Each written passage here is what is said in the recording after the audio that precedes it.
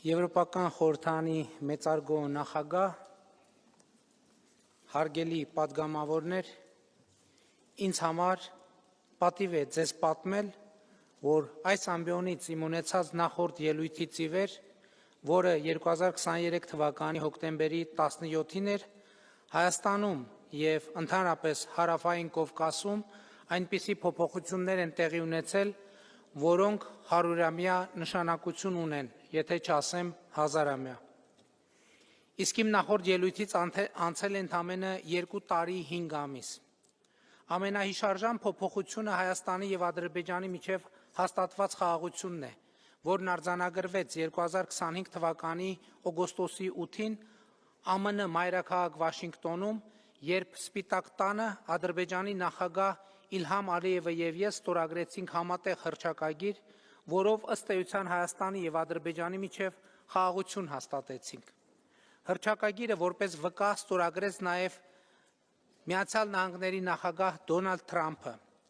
Մինչ այդ Հայաստանի և Ադրբեջանի արտաքին գործերի նախարարները ԱՄՆ նախագահի, Ադրբեջանի նախագահի և իմ ներկայությամբ նախաստորագրեցին Հայաստանի և Ադրբեջանի միջև խաղաղություն և միջպետական հարաբերություններ հաստատելու մասին համաձայնագիրը։ Վաշինգտոնի հռչակագրում լուծում ստացավ նաև տարածաշրջանային կապուղիների ապաշրջափակման այնքան կարևոր և այնքան զգայուն հարցը։ Հռչակագրի 3-րդ կետում ըստ այդմ արձանագրված է, մեջբերում եմ. մենք վերահաստատեցինք ներպետական, երկկողմ և միջազգային փոխադրումների համար երկու երկրների միջև հաղորդակցությունների բացման կարևորությունը, հիմնված պետությունների ինքնիշխանության, տարածքային ամբողջականության և իրավազորության հարգման վրա, տարածաշրջանում ու նրա հարևանությամբ խաղաղությունը, կայունությունն ու բարգավաճումը խթանելու նպատակով։ Այս ջանքերը կներառեն Ադրբեջանի Հանրապետության հիմնական մասի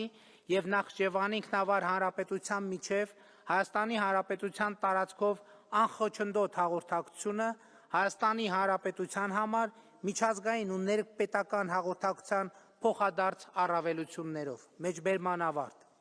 Իսկ արդեն հռչակագրի 4-րդ կետում նշվում է, մեջբերում եմ.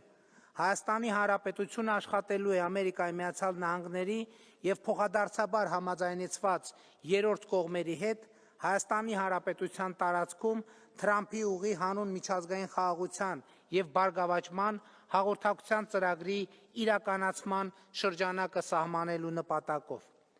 Մենք հաստատում ենք մեր վճռականությունը բարեխղճորեն ձեռնարկելու բոլոր միջոցները սույն նպատակին հնարավորինս արագ կերպով հասնելու համար։ Մեջբերման ավարտ։ TRIP ծրագիրը ներկայումս բյուրեղացման փուլում է։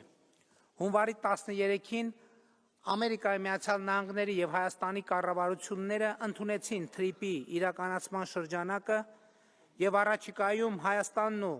ԱՄՆ-ը կստորագրեն համապատասխան համաձայնագիր և նախագծի գործնական մեկնարկը կտրվի։